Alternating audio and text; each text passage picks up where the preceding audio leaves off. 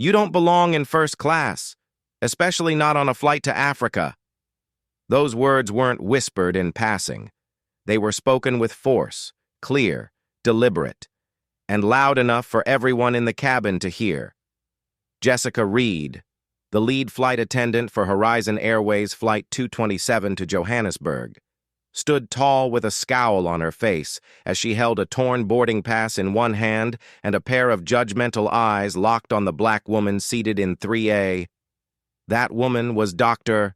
Nia Thompson, and in just 10 minutes, that same woman, billionaire, tech pioneer, and global philanthropist, would collapse the very airline that had just tried to humiliate her in front of a dozen stunned passengers. But before we go any further, I want to hear from you. Where are you watching this from? Comment your city below. And if that moment hit you, like it hit the passengers around her, don't forget to like this video and subscribe to our channel. Now let's rewind to the moment it all began. 10 minutes before a lawsuit, before a media storm, before Horizon Airways would lose everything it thought it owned. It was 2:22 in the morning. A quiet hour at LAX, Terminal 7, where most travelers moved with sleepy anticipation. But for Dr. Nia Thompson, this red-eye flight to Johannesburg wasn't a vacation or a business trip. It was personal. Nia, dressed simply in a black blazer and carrying nothing more than a leather tote and dignity that couldn't be faked, had boarded this flight as part of a charity mission, a mission to fund schools for African orphans.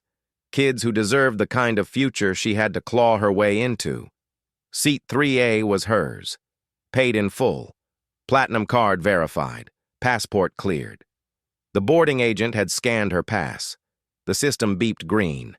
And intern flight attendant Priya Sharma, barely 22 and fresh from Texas flight school, had kindly walked her to her seat. It should have been a smooth, uneventful departure. But then Jessica appeared. Mid-30s, perfectly composed, with a name tag that gleamed and an attitude that didn't. "Excuse me, miss," she said, looking Nia up and down. "First class is reserved for VIP passengers only." Nia looked up, calm. "This is my seat, 3A. She showed her boarding pass again. Jessica glanced at it, raised an eyebrow, and without a word, turned her head toward seat 3B, where a well-dressed white man in a navy suit and gold cufflinks sat smirking. His name was Edward Langston, a hedge fund executive from New York with a chip on his shoulder and cash to burn. Without breaking eye contact with Nia, Edward pulled out a folded $200 bill and passed it to Jessica under the guise of adjusting his cuff. "Do what you have to do," he muttered. Jessica nodded, too quickly. "Your ticket looks off," she said to Nia. "Let me verify this. It's not off. It's printed directly from the Horizon app. I'm a platinum card holder," Nia responded, firm but controlled. Sarah Klein, a white woman in seat 2C, looked over, concern creeping into her voice. "She boarded like the rest of us. That seat was hers." But Jessica didn't care. She took the boarding pass, tore it in half, and said with a scornful edge, "It's fake. We can't have fraudulent passengers up here." The sound of the rip was sharp, small, but loud enough to make everyone freeze. That's when the whispering started. A few heads turned, phones discreetly raised. Nia stayed seated, jaw clenched, but her eyes scanned the cabin. She wasn't angry yet, just calculating. "You're making a mistake," she said quietly. "I suggest you scan the system." Jessica smirked. "Or I could just have you escorted out." From the overhead speakers came a familiar voice. David Hargrove, the captain. "Jessica, if there's an issue, have Michael handle it." That was the signal. Within seconds, Michael Voss, the assigned security officer for the flight, stepped into the aisle. "We've had complaints," he said gruffly. "This seat isn't yours." "Complaints?" Nia asked. "From whom?" Edward leaned in, now emboldened. She's not on the manifest. I was told 3A was open. Nia turned toward him, eyes narrowed. You paid to lie. He laughed, but the tension in the cabin was thick. You don't belong in this section. Take the economy seat like everyone else. She belongs here, Sarah interrupted. She boarded fair and square. I saw it. Nia reached into her bag, slowly, deliberately, and retrieved her digital ticket. Scan this again, she said to Michael. He didn't take it. Ma'am, if you don't comply, we'll remove you. Priya, standing near the galley, looked visibly shaken. That's Dr. Nia Thompson, she whispered to another crew member. She's on the platinum list. I saw it myself. But no one listened. Jessica crossed her arms, smug. This isn't up for debate. Move to the back, or we'll call airport security. You're making a grave error, Nia replied calmly, and I want the cabin to remember that I said that. Edward leaned back, satisfied. Finally, some peace. But peace wasn't coming. Not tonight. Because behind Nia's stillness was a storm waiting for the right moment to strike. She didn't pull rank. Not yet. She didn't call Lauren Carter, her longtime assistant. Not yet. She didn't call James Okoye, her legal counsel. Not yet. She sat, absorbing every word, every stare, every lie, because she knew. When you're a black woman in first class, they don't see the billionaire. They don't see the founder. They don't see the mission. They see a problem to remove. And sometimes, the smartest move is to let them dig their own grave first. Nia looked out the window, at the faint reflections on the tarmac glass, and said softly, I'm here to change lives in Africa, but I didn't expect to start with this flight. Sarah reached over, placing a hand lightly on Nia's arm. Don't move. We're with you. And that's when Edward whispered just loud enough for Sarah to hear. Worth every penny to get rid of her? Sarah's face changed. She'd heard enough. Nia's eyes met hers.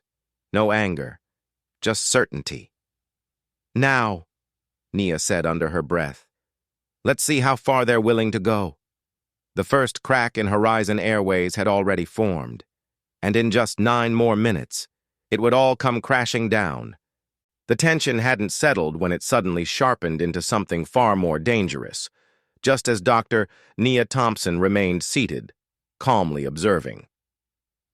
Flight attendant Jessica Reed returned to the aisle with a new accusation, one no one expected and everyone felt was too far. That woman stole a passenger's phone, she snapped, pointing directly at Nia with no hesitation. The words hit like a slap across the cabin. She took his phone. Check her bag. Edward Langston, still lounging smugly in 3B, chimed in right on cue. I saw her take it. She reached under the divider and grabbed it while I was adjusting my seat. The passengers murmured now. Some gasped. Others leaned in, all watching to see how far this charade would go. Nia, composed as ever, looked from Jessica to Edward, then calmly opened her leather tote and placed it in her lap. You're accusing me of theft now? She asked, evenly. I don't need his phone. I own 3 patents that built the chips in half the phones on this plane. Jessica didn't blink. We take theft very seriously. Dr. whatever your name is, I'm going to have Officer Voss inspect your bag immediately. Overhead.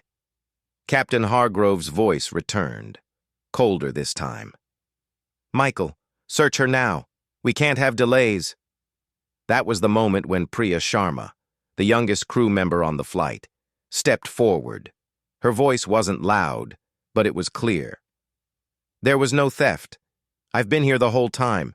She never touched that man's phone. Jessica turned sharply. Excuse me? Priya repeated. She didn't take anything. You're lying. Sarah Klein rose halfway from her seat. This has gone too far. She showed her ticket. You tore it. Now this? Michael Voss moved closer, hand already reaching for Nia's bag. I'm going to need you to cooperate, he said, tone aggressive. And I'm going to need you to stop treating me like I'm invisible. Nia answered without flinching. You want to search me based on a false claim? Go ahead. But understand that everything you're doing is being noted. Michael hesitated. Priya took a step closer. I heard Mr. Langston tell Jessica to remove her before this started. This isn't about a phone. Nia calmly placed her phone, charger, wallet, and passport on the armrest. That's everything in my bag. No phone of his. Now what? Jessica, flustered but not backing down, said, Check beneath her seat. Maybe she dropped it, Edward added. She's playing you. Just look around. She had it a minute ago. Nia looked directly at Edward, her voice low but firm. You're building lies on top of lies, and when this collapses, I hope you remember every word you said. Sarah spoke louder now. There's no phone missing. I saw him scrolling when she boarded. He never lost it. Passengers began murmuring again, this time less with curiosity and more with growing anger. Priya, visibly nervous but resolute, said, This is wrong. I'm reporting it. Jessica glared at her. Don't forget your place. My place is with the truth. Priya snapped back. And the truth is, you're trying to eject a woman who hasn't done a thing wrong, because you don't like the way she looks in that seat. Nia looked toward the front of the cabin, where Lauren Carter's name was glowing faintly on her phone screen. Still, she didn't press dial. Not yet. Let them finish what they started, she murmured to herself. Edward scoffed. She thinks she's clever. Just because you have a blazer and a tone doesn't mean you belong up here. That's when another passenger, an older man in 1A, turned around and said, If she doesn't belong here, neither do I. A small ripple of applause followed. Jessica, now red-faced, barked, Everyone stay seated. But control was slipping from her fingers. Nia leaned back, eyes calm, though her heart beat steady and fast. She had seen this before, in tech boardrooms where she was assumed to be the assistant, in pitch meetings where men twice her age talked over her, and now here, 36,000 feet from Johannesburg, on a mission to change the lives of orphaned children. This time, though, it was public, and this time, they were documenting every second. Michael, now less confident, looked toward the cockpit, awaiting instruction. David's voice crackled again, colder. Remove her now before we miss clearance. Priya stepped forward, voice shaking. I'll testify. She didn't do anything wrong. Jessica and Edward conspired to remove her. Jessica turned, livid. You're going to regret this. So will you, Nia said, reaching slowly for her phone. Because the moment I make this call, the truth becomes louder than all your lies. Sarah looked at her, whispering. Are you ready?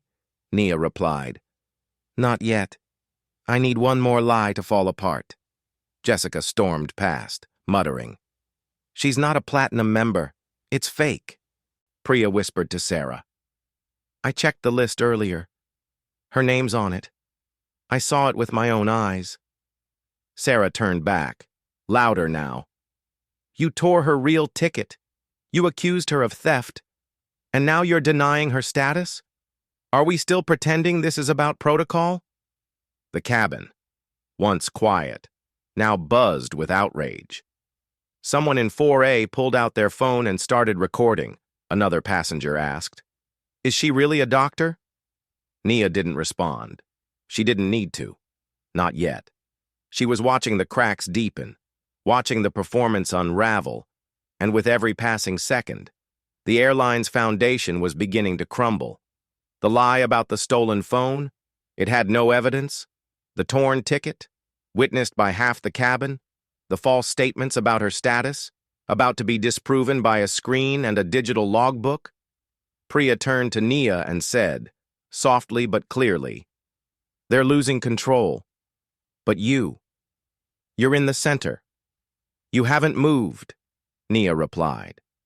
Because truth doesn't need to run. It just needs a moment to stand. And that moment was almost here. The cabin air had shifted. It was no longer just tense. It was volatile. And in that rising unease, Priya Sharma hesitated for only a breath before stepping back into the galley to check something that had been nagging at her gut. Something didn't feel right. She opened the cabin tablet, used to track passenger manifests, special service requests, and flagged incidents. And as she scrolled through the flight record for Horizon Airways Flight 227, her eyes locked on something that made her freeze. There, next to seat 3A, under the notes column, it read in bold, "Disruptive, monitor closely, subject to removal." The tag had been entered just minutes ago, time-stamped precisely after Jessica had torn Nia's boarding pass. Priya's hands trembled. That wasn't there earlier. And worse, it had been logged by none other than Captain David Hargrove. She looked up slowly, eyes scanning the first-class cabin where Nia still sat in her seat, composed but cornered, as if bracing for yet another storm. Priya crossed the aisle quickly and leaned into Sarah Klein's ear. They flagged her. On the manifest. Just now. Sarah blinked, stunned. They what? Priya nodded. The captain. He added a disruption note. It's all fake. At the same moment, Michael Voss re-entered the aisle, this time with a harder posture. We have official confirmation, he said, addressing the front row. This passenger has been flagged as a potential risk. We are asking her to deboard voluntarily. Jessica stood just behind him, arms folded tightly, like a stage manager cueing the final act. Edward Langston straightened in 3B, adjusting his cufflinks again. Told you, he muttered under his breath. Should have stayed in coach. But before Michael could take another step, Nia stood up slowly, not flinching, not angry, but with a quiet power that turned heads. Flagged as a risk, she repeated calmly. Based on what? Michael hesitated. You've been disruptive, refusing to comply, arguing with crew. I complied, Nia said evenly. You refused to verify. You tore my ticket. And now you're editing flight records? Her voice didn't rise, but it carried. Sarah stood as well. She has every right to be here, and if you want to remove her, you better explain to all of us why your record suddenly changed 5 minutes ago, Jessica snapped. That's none of your concern. Sit down. But the cabin didn't sit. In fact, passengers in rows 1 through 4 now began shifting in their seats, some raising phones, others turning to whisper. Priya stepped forward, clutching the tablet. Captain Hargrove manually entered the note. Just minutes ago. I saw the timestamp. It's not protocol. It's a cover-up. Nia turned to Michael. So tell me, what was disruptive? Was it asking for my seat to be verified? Was it watching you accuse me of stealing a phone I never touched? Michael's jaw clenched. This isn't the place to argue. It's the perfect place, Nia said. Because every single passenger here is now a witness. You didn't find a phone, you didn't verify the manifest until someone altered it, and you never scanned my ticket before declaring it fake, Sarah shouted. And she hasn't raised her voice once. Jessica tried to interrupt, but Priya raised her voice now. First, the manifest was tampered with. That's a violation of FAA policy. That's grounds for investigation. Edward rolled his eyes. She's causing a scene. No, said the older man in 1A. You are, someone else behind him added. She's the calmest person here. Nia stood her ground. You want to remove me because I don't look like your idea of a first-class traveler to Africa? You think you can bury me under paperwork and protocol? But I've rewritten systems bigger than this airline? Jessica barked. You're not entitled to speak like you're somebody. And in that moment, the room went completely still. Nia turned to her, eyes cold. I am somebody. You just don't know who. Sarah took her phone and began filming openly now. You'll want to remember this moment. Because we all will. Jessica motioned to Michael again. Do your job. Michael moved forward. But this time, a barrier formed. Sarah stepped into the aisle. The man in 2D stood too. Priya crossed and stood between Michael and Nia. If you touch her, you'll answer for it. The standoff was real now. Nia didn't move. You've labeled me, manipulated the system, and now you're trying to drag me off this plane to cover your tracks. But here's the part you didn't plan for. I've got time, and I've got proof. Edward stood up, trying to speak over the chaos. She's a fraud. This whole performance is planned. The only performance, Nia said, is yours. Priya, shaking now but standing firm, lifted the tablet and showed the screen to nearby passengers. Look, manual entry, right there. Disruptive, subject to removal, time-stamped after she was already seated. Murmurs of shock rippled through the cabin. Sarah raised her voice. Why was this added after she boarded? Why was she flagged after the crew denied her identity? Jessica looked at Michael, whose hand slowly dropped from his earpiece. This is spiraling, he muttered. No, it's unraveling. Nia replied. Everything you tried to frame is falling apart. A woman from the back of first class leaned forward and added, You need to let her fly, or the rest of us aren't going anywhere either. That was the crack Horizon Airways couldn't plaster over. With Priya's revelation, with passengers standing, filming, blocking the aisle, and demanding answers. The plan to quietly remove one woman had become a full-blown revolt. The system had failed, but it had failed in public. And Nia, finally reaching for her phone, locked eyes with Jessica and whispered, You're about to learn who I really am. She dialed. The call connected, and Horizon Airways had less than 7 minutes before the world would know it too. It should have stopped there, but it didn't. The cabin had already witnessed the torn ticket, the theft accusation, and the falsified manifest entry. But what happened next took the entire situation from unethical to dangerous. As Dr. Nia Thompson ended her call, one that would begin triggering consequences outside the cabin, a new escalation came roaring from Jessica Reed's voice like a spark tossed onto gasoline. She tampered with her seatbelt, Jessica shouted, loud enough for every passenger in first class to hear. The claim was sudden, dramatic, and entirely untrue. She unbuckled and rigged it. She's now a safety threat to the flight. There was a beat of stunned silence. Then Edward Langston, still seated in 3B, seized the opportunity like a man desperate to protect his lie. That's exactly what I saw. She reached under the belt and twisted something. He pointed exaggeratedly. She did something. I saw it. Officer Michael Voss stepped forward again, his tone harder than ever.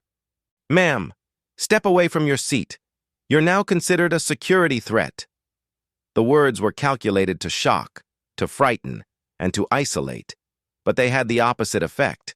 Instead of dividing the cabin, it united the passengers. Sarah Klein rose to her feet. That's a lie. I've been watching her the entire time. She hasn't touched anything. Nia remained still, hands visible, posture strong. You're framing me, again, and this time. It's not just bias. It's an FAA-level offense.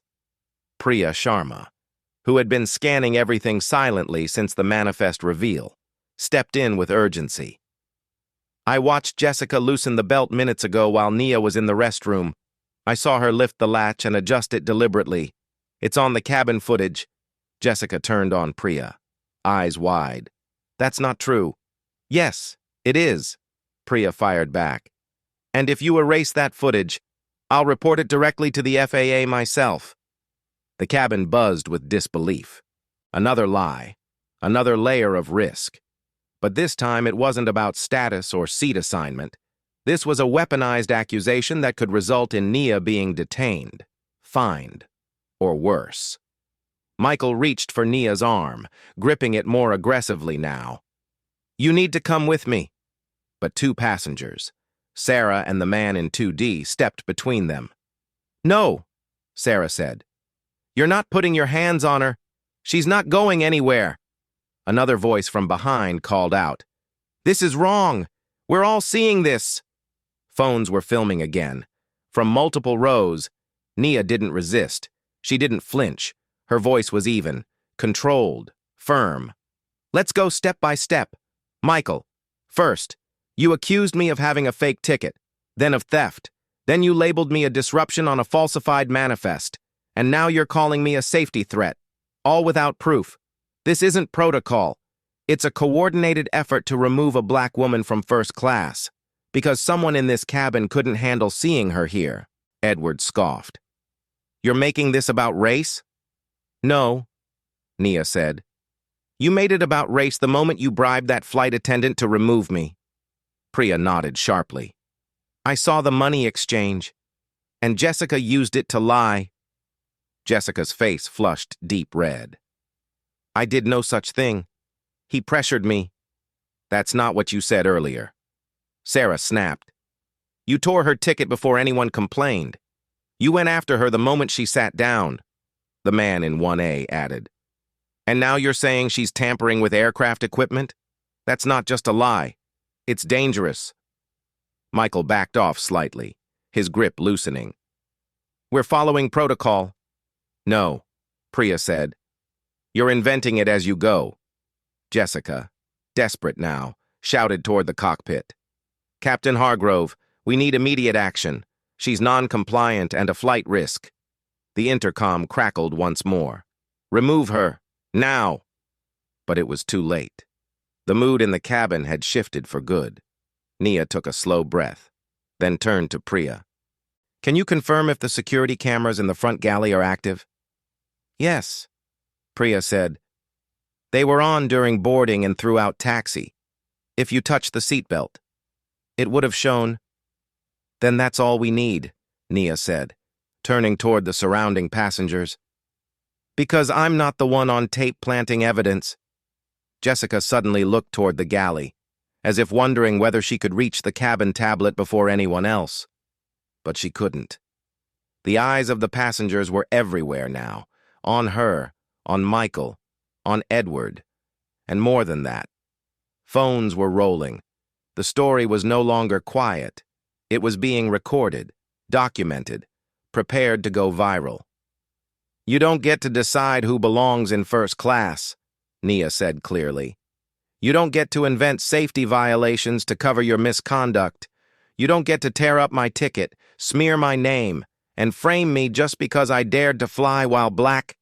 Jessica's face was pale now. "I was following orders." "No," Nia replied. "You were following a bribe." Edward, suddenly far less confident, muttered. "This got out of hand." "No," Sarah shot back.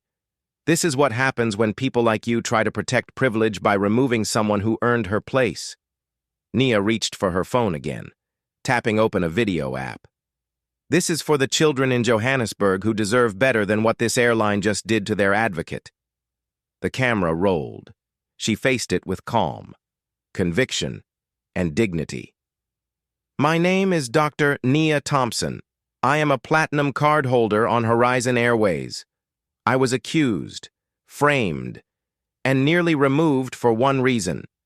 Because I didn't fit someone's idea of what a first-class passenger should look like.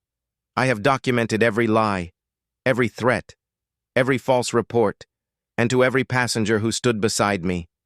Thank you, because justice is no longer quiet." The cabin applauded. A few passengers wiped tears. Even Priya looked overwhelmed. But the shift was irreversible. The lies had stacked too high. And now they were crashing down. "You just ended your career," Jessica whispered. "No," Nia said, eyes locked forward. "You just ended your airlines." The moment the cabin doors reopened, every passenger turned. At first, there was confusion. No one expected boarding to resume mid-conflict. But when Lauren Carter stepped into the first-class cabin, heels clicking with purpose, followed closely by James Okoye in a dark suit carrying a legal binder, the atmosphere changed entirely. Lauren's voice rang out, clear and steady. "We're here on behalf of Dr. Nia Thompson." And with that one sentence, the illusion shattered. Jessica, standing near the galley, paled instantly. Edward Langston sank back in his seat as if trying to disappear into the leather. Michael Voss stiffened but said nothing. The cabin went dead quiet. Sarah Klein looked around and whispered, "Oh my God, she's—" "Yes," Nia confirmed, stepping forward calmly. "I'm Dr. Nia Thompson, CEO of Thompson Tech, platinum member since 2017, owner of 2 nonprofit foundations, and the reason this plane was partially funded for humanitarian travel?" Lauren, without missing a beat, handed an envelope to Michael Voss. "Effective immediately, Dr. Thompson is filing a civil suit against Horizon Airways, citing racial discrimination, unlawful targeting, defamation, and breach of FAA safety protocol." James stepped beside her and added, "A restraining order is being drafted against all 3 staff involved, Jessica Reed, Michael Voss, and Captain David Hargrove. You will be contacted by the Los Angeles Superior Court within 48 hours, Jessica stammered. We didn't know who she was." "That's the point," Nia replied. "You didn't care who I was. You saw a black woman in 3A and assumed she didn't belong. You tore my ticket. You accused me of theft. You altered records. You staged a safety violation. And all of it was a lie." Lauren turned toward the passengers. "Every one of your testimonies, photos, and videos are being collected. If you'd like to submit a statement, there will be a secure email provided at the gate." Edward leaned forward, trying to salvage his dignity. "I paid for a quiet seat. I didn't ask for this." "No," James said, voice low. "You paid to harass a woman in plain sight. That's going to cost you more than a refund." Michael released a sigh, then dropped Nia's travel file onto the seatback tray. "This is a mistake," he muttered. "Yes," Sarah replied firmly. "And you just made it in front of 14 witnesses." The atmosphere had flipped completely. Nia no longer looked like a passenger under siege. She looked like what she truly was, a powerhouse in quiet clothing, someone who had built entire companies on grace under pressure. She pulled out her phone and opened a live stream. "To everyone who follows my work with orphans in Johannesburg, this flight was delayed because I was publicly humiliated. Not because of protocol, not because of rules, but because of prejudice." Jessica tried to protest, her voice trembling. "You can't film in the cabin. You lost that right when you framed me on camera." Nia replied, "And now the world's going to see the truth." Within minutes, the video started to go viral. Views climbed into the tens of thousands, with passengers sharing it live from their own phones. Sarah leaned in and whispered, "They're going to fire all of you." Lauren, nodding, already had Horizon Airways board on the line. "Emma Chen and Robert Diaz have been briefed. Internal action will be taken before Wheels Up, or Dr. Thompson pulls every dollar she's ever invested in this airline." Jessica looked stunned. "You're a shareholder?" "One of the largest," Nia said quietly. "And after tonight, maybe the last one who still cared about fixing this place." James turned to the passengers. "Dr. Thompson was flying to Africa to launch a new school for orphaned girls. That mission will proceed, thanks to your support tonight." Priya stepped forward, nervous but emboldened. "I'll testify. I saw Jessica take the bribe. I saw her fake the seatbelt violation. I saw her pull that manifest trick." "Your courage matters," Nia told her. "You were the only one on the crew who stood up." Jessica broke. "He paid me," she snapped, pointing at Edward. "He threatened me. He told me to get her out of the seat." "Enough," Lauren said, silencing the chaos. This isn't the time for shifting blame. It's time for accountability.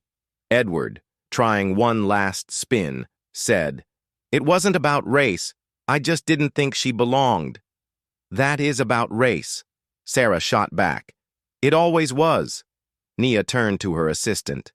"Upload the footage to the board archive. Make sure every director sees it before sunrise." "Already done," Lauren said. "Robert Diaz just confirmed Captain Hargrove's retirement papers are being expedited. Jessica and Michael are suspended pending legal review." Sarah's eyes widened. "That fast?" "That's how billionaires move," Lauren replied, "especially when justice is overdue." Nia looked around the cabin, addressing the passengers directly. "To all of you who stood up, for the truth, not for me, thank you. You reminded me why we fight in public when dignity is attacked in private." Sarah nodded tearfully. "You're not just helping orphans. You're saving something in all of us, too." Priya, voice trembling but clear, said, "You've changed me forever. I'll never stay quiet again." Nia gave her a soft smile. "Then this flight wasn't wasted." Just before sitting down, she said to Lauren, "By the way, update our legal team. That safety footage from the seatbelt, get it into evidence, every second." "Already handled," Lauren replied. "And your live stream's at 1.2 million views." Jessica leaned against the galley wall, ghost pale, unable to process the reversal. Edward sat stiff and silent. Michael refused to meet anyone's gaze. Meanwhile, Nia reached into her tote and retrieved a worn photograph of a small classroom in Soweto, one of the first schools she built years ago. She looked at it for a moment, then tucked it back into her bag and took her seat again. Calm, poised, unbroken. Around her, the passengers nodded quietly, respectfully. They knew they had witnessed something important, something that would outlive the flight. And somewhere far below, across time zones and oceans, the children waiting for her arrival in Johannesburg would never know just how much it had cost her to reach them. But the world would. The fallout was swift, public, and devastating. By the morning of July 6th, less than 24 hours after the flight, Dr. Nia Thompson's legal team stood before Judge Linda Harper in a downtown Los Angeles courtroom. Cameras lined the courthouse steps. The press called it one of the fastest-moving civil cases of the decade, and rightly so. Inside, seated calmly behind her legal counsel, Nia listened as her attorney, James Okoye, laid out the facts, video recordings, audio files, eyewitness testimonies, and internal Horizon Airways logs, all pointing to coordinated racial discrimination and abuse of protocol. The judge, firm and deliberate, reviewed the evidence and signed a motion allowing Nia's team access to internal communications between the flight crew and the Horizon Airways leadership. Within hours, it became clear this wasn't just a rogue crew, it was a culture problem. The airline's board moved fast. Emma Chen and Robert Diaz, senior directors, held an emergency session and voted to terminate Jessica Reed, Michael Voss, and Captain David Hargrove. Their contracts were revoked, benefits frozen, and legal exposure transferred to corporate liability. Horizon Airways issued a public apology, one that sounded more like panic than remorse, and pledged a full policy overhaul. But it was too late. Nia's livestream had crossed 10 million views. Public trust was already unraveling. Headlines on every major outlet ran variations of the same truth. Black billionaire CEO humiliated mid-flight. Sues airline. Sparks viral firestorm. Stock analysts responded just as swiftly. Within one trading session, Horizon's stock dropped 30%. Wiping out billions in value and prompting questions from international partners. "We're rebuilding trust," Emma Chen said to reporters, "and we are grateful Dr. Thompson exposed the cracks we failed to see." But for Nia, this wasn't about stocks or headlines. It was about accountability. In a meeting with Emma and Robert that same day, She made her expectations clear: new hiring policies, third-party oversight, and mandatory anti-bias training from the executive suite down to the gate agents. Robert nodded. We've already hired an independent equity firm. The first audit begins this week. Sarah Klein, one of the key witnesses from the flight, was invited to speak on the airline's passenger advisory board. You changed my life, she told Nia. And I plan to use my voice so no one else gets silenced like that. Meanwhile, Priya Sharma, once an intern, was offered a permanent role and asked to co-lead the airline's new employee ethics program. I never thought one act of truth would change a company, she told Nia in private. But you gave me the courage to stop watching and start speaking. Nia's expression was soft but resolute.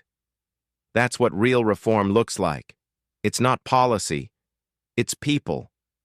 Still, just when the storm seemed to be settling, James uncovered something darker. A confidential policy buried in Horizon's internal documents, signed by former executives.